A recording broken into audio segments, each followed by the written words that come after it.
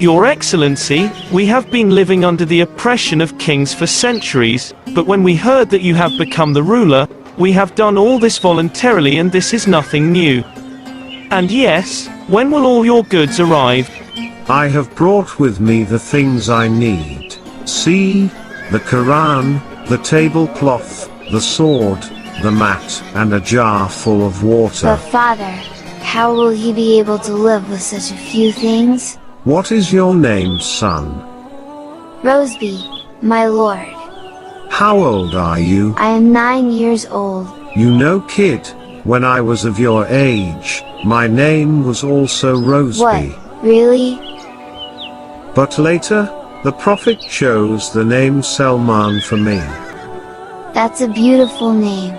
You reminded me of the Prophet, and that you are a servant of God, and that you should not bow before anyone other than God.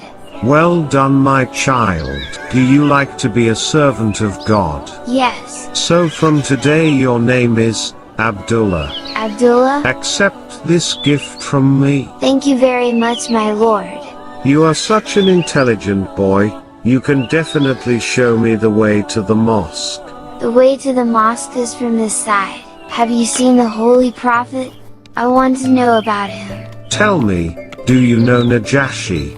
No, I don't know them. The king of Abyssinia is called Najashi. About 30 years ago he became curious to know and learn about the Holy Prophet. This was the time when a group of Muslims, fed up with idolaters, migrated to Abyssinia.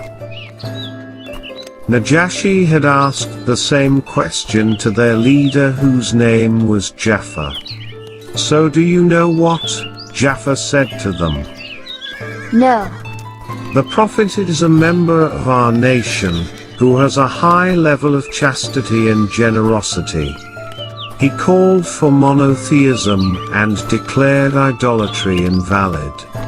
The Prophet wants us to be honest, to stay away from impurity, to be kind to our relatives and neighbors, and to refrain from evil deeds.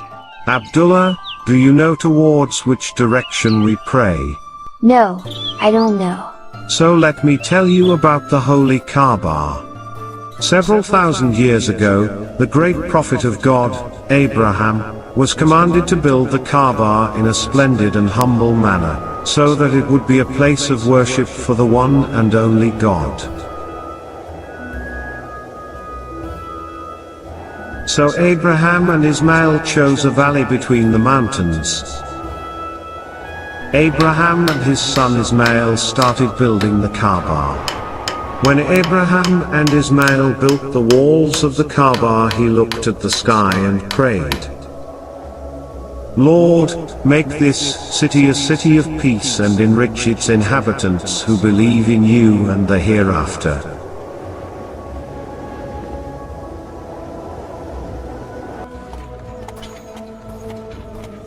Soon, the valley was settled and the land became a major city in Arabia.